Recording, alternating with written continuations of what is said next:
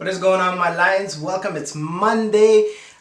Today we're going to talk about shipping because I get a lot of questions about how shipping works at Amazon FBA and what are the terms. And honestly, guys, it's one of the most daunting things. Like now, I've had the privilege to work at a freight forwarder and customs broker who I currently use for my shipments, and I'm wearing their t-shirt or golf shirt, that is. So it is Omnitrans, and check it out if you guys want to really good forwarder. So but they do huge business, so it's not really for new starters or anything like that for Amazon. But once you get there, once you're selling six figures and all, they're perfect for you because they take care of it from A to Z, and they have offices in China. So yeah, so that's it. But today let's talk about shipping.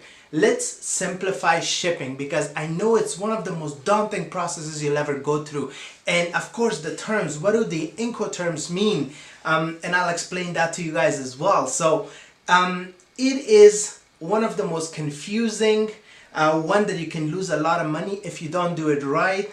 One that actually benefits you in different ways when you use different shipping terms, or you use different types of shipping types basically. So let's simplify it today. Let's break it down. Now bear with me, I'm gonna try to make it as simple as possible for you guys, but I still have to give you guys the main details. Let's talk about shipping. Now shipping with Amazon FBA, you guys need to know what happens with your product. First of all, you got to know the whole process first of all, so keep this in mind, and I'm gonna break it down into 5-6 steps for you guys to actually so you can visually see what's happening. The first thing that happens is you find a product, you manufacture it at a warehouse or at your supplier in China, where most suppliers are, right? From there, they have to pack it for you guys, wrap it, shrink wrap it, whatever it is, and then they have to get it ready on a skid or however the shipping works for that specific product, and they have to send it via truck freight to the port. Now this can be an airport or an ocean port, depending on if you guys are doing air freight or ocean freight. The shipment gets trucked from the warehouse, supplier's warehouse, to the port, right? Now main ports in China are Shenzhen, Qingdao, and Shanghai, right? So from there, the container or your shipment has to get on a vessel, right? So there are some charges there are charges actually at every step of the way. And like I did that intro for you guys over the weekend, I did a live stream about Incoterms, so you guys can understand what kind of costs are involved with your shipping. So what happens then is that the product or your shipment gets loaded on a vessel. Now this is going to be either an airplane or a boat, or a ship I should say, right? Freighter. They call them steamships, right? So from there, the journey of your shipment begins from the port to a port in United States, Canada, where have you, right? The shipment gets here, it needs to be unloaded. It needs to be unloaded to the port. So they have like these holding their warehouses, they call them bonded warehouse or whatever. They are different kinds of warehouses. It's awaiting customs clearance. Now with ocean shipments, they have to be customs cleared, especially in the United States, before it arrives at the port, just because they don't want to have any delays, and that's called ISF. We'll get to that in a future video, but today you don't need that. So from there, it gets unloaded. Now if it's on a plane, it'll get unloaded, it'll go to a customs warehouse. From there, once it's released, it can be trucked down to the warehouse of where the fulfillment center is for Amazon, right? So there are quite a number of steps that is involved in each process. Now, the confusing part is when you involve, now you already got a complicated process as it is, you involve shipping terms. What are Incoterms? Incoterms means international commercial terms. So these are internationally known, and the point of Incoterms is to figure out who's gonna pay for what portion of the journey of your freight. Okay, so the three of them, now there are a lot of them, honestly, like there's I think about more than 10 that they're basically each one allocates the responsibility of the buyer and seller differently, like I've shown you guys. So basically the charges that you have along the way, the Incoterms decides what part is your responsibility as the buyer and what part is the seller's responsibility, which is your manufacturer. If you're a beginner, right, and you don't know anything about shipping, nothing at all, I suggest you use DDP terms, which basically means delivery duty paid. That in that condition, right, the seller, which is your manufacturer, takes care of everything. They hire their own freight forwarder, right? They hire their own customs broker, so their freight forwarder will have an agent overseas here, and they will clear your goods, so you don't have to worry about anything. So I suggest that if you guys are a newbie, use your supplier's freight forwarder, because you don't want to get into you don't want to involve yourselves with the shipping, trying to get quotes and everything, because honestly, like, a lot of these guys will rip you guys off if they know you're a newbie. Like, I mean, there are customs brokers that for one shipment they'll charge you if you have like $500 for just customs clearance, while if you have like, let's say 100, they'll charge you like $50, right? So you'll see how the prices differentiate between depending on how much volume you have. So let's say you're bringing 100, 200 units, right? That's really one shipment for them, right? A full container is one shipment, so keep that in mind. DDP takes care of everything. It's zero obligation on your end, but 100% obligation on your freight or on your supplier's end, right? So this is perfect, but where does the cost go, right? Who pays for the shipping? Who pays for all the processes? You at the end still pay for it. It's just you don't handle it, right? Because what your supplier is going to do is going to roll it into the cost of your shipping that will come with your product, the cost of your product, right? So it's still, the cost is there. It'll be higher. It's more expensive, of course, but you don't have to worry about taking care of it. So I suggest if you're a newbie, do that. The second one, which is the most common one, is FOB. FOB stands for freight on board, free on board. What does that mean? So the obligation is split between the seller and the buyer. Now that you've gained a little bit more experience on Amazon and you started selling and you're making money and you're more comfortable about shipping and you've contacted some forwarders, I suggest you use FOB. Why? Because it's going to be more cost effective for you guys. Now you have a little bit more leverage and knowledge and you can find your own forwarder. What does FOB do? So the supplier or seller is responsible to bring your shipment from their warehouse up until the port and load it onto the vessel. The supplier covers that cost. Now again, that cost is still rolled into your product because essentially you're buying it. But once the shipping gets onto the vessel, and from there the journey up until it gets to your door, it's your responsibility to pay for the cost. So you're paying for the freight, right, of the ship to bring it over here. You're paying for customs clearance into United States or Canada, and you're paying for it to be trucked from the port once it gets here to an Amazon FBA warehouse. So all that cost is assumed by you over here, so you have to pay it, and the rest is assumed by your supplier. All right, so that's FOB in its simplest form. Now there are handling fees and stuff like that, which we will talk about in a different video, but like, I just want to simplify it for you guys for this one.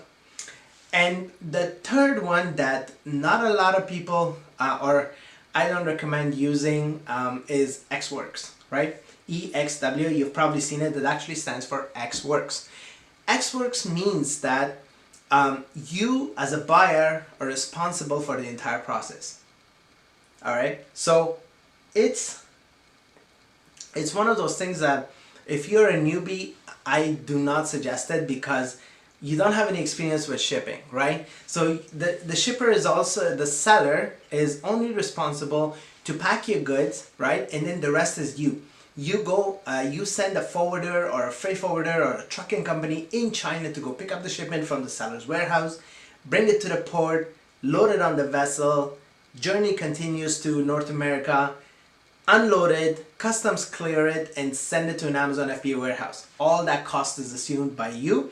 Now there are forwarders who specialize in this, so they'll take care of the process for you, right? But there's still cost. So you basically pay for everything up front for shipping, and your supplier is not going to charge you for shipping. You just take care of it here. So these are the three most common types that are used with Amazon FBA products. And again, I suggest DDP. Mostly it's a little bit costly, but it's the best one for newbies. I use personally FOB just because I have experience with it. I still don't touch XWorks. The reason is that I don't want to deal with Chinese trucking companies. I don't want them to, you know, like the response times and waste my time and trying to find, there's so many of them, right? So I don't deal with that. I just want to take care of what I can and what I'm comfortable with, and the company that I use does it really well. So I use FOB, and I have no problems at all. So these are, I hope I simplified the shipping process and terms for you guys. So basically think of shipping as coming from point A to point B. I'm not gonna, point Z. I'm not gonna say B because you have B, C, D, E, F, G, like there are that many steps in there. So basically the terms determine whether you're gonna pay or your seller gonna pay for what part of the freight or of your freight's journey. That's really it. That's basically Incoterms, and I hope this really simplifies it for you guys. So again, you got DDP with 0 obligation on you and 100% obligation on your seller or your supplier. You got FOB, which is somewhat 50-50, and you've got XWorks, which is 100% on you. It's your obligation to bring your goods here, and 0% shipping obligation on your supplier.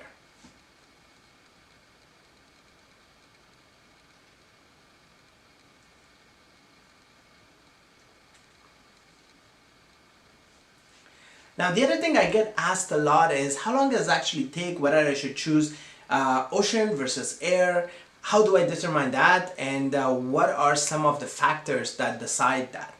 So air is really good for lightweight shipments, okay? So if you got a shipment that is not a big piece count, the product is lighter, and you have a smaller shipment, and it's not like a container or anything like that you can fill, air is perfect for that. Ocean, on the other hand, ocean is for heavier shipments, for bulk shipments. So you got, let's say, 500 to 1,000 pieces, depending on what your product is. If you're selling bike, it's way different. You probably have a few containers and all that. So that's why people do ocean versus air. But the other thing about air is that it's very fast.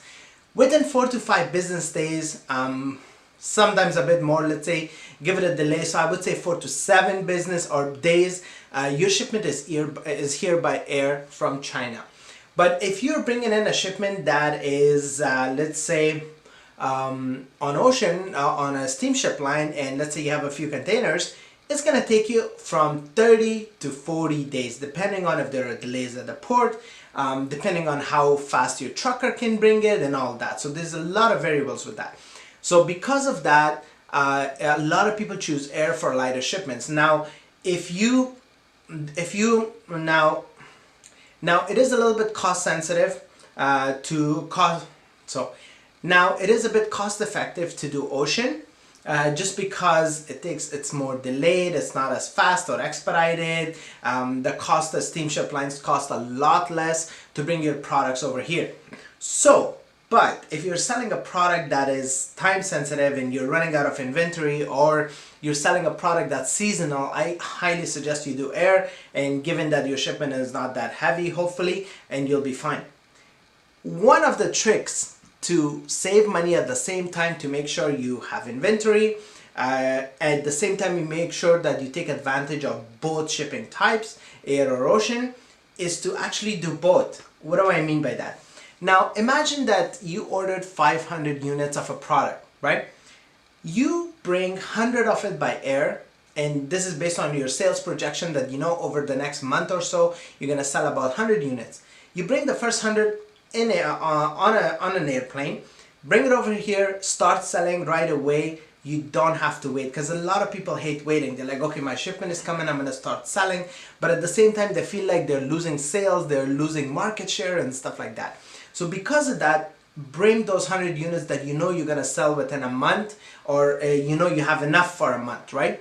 The rest of the 400, put it on a ship. Bring it in a container, LCL, less than container, or if you have a full container that your items fit in, by all means, bring it by ocean, and by the time you run off inventory of your first shipment, which you did by air, your ocean shipment will be right here at your door or at an Amazon FBA warehouse to basically continue your business. So That is a standard common practice that not a lot of people talk about, but it is a perfect way to make sure you don't run out of inventory and at the same time save some shipping money. So I hope I really simplified the shipping terms and the shipping process for you guys. Again, I highly suggest that you do DDP if you're a newbie. Once you get a little bit of experience, do FOB. Xworks I don't really suggest much, and like I've gone through in the in the live stream over the weekend, watch for the charges that I've mentioned, because those things really play a role in your shipping cost. Thanks again, guys. I really appreciate your viewership. I hope this video helped you guys out. If it did, leave a comment, let me know how. If it didn't, or you have a question about something, again, leave a comment and I'll be happy to answer it. Any questions you guys have. If you haven't subscribed to this channel and you're new, please subscribe. I'm gonna be throwing a lot of information at you guys. So this is just to help you guys for free, to help you build your Amazon FBA business, so you don't have to go buy a course or anything like that. And that's basically the purpose of this channel. Thanks again, guys. I'm gonna see you guys on Wednesday at 1, and we're gonna talk about how much money you will need in order to start an Amazon FBA business. Very important topic, guys. Thanks again, and I'll see you guys there.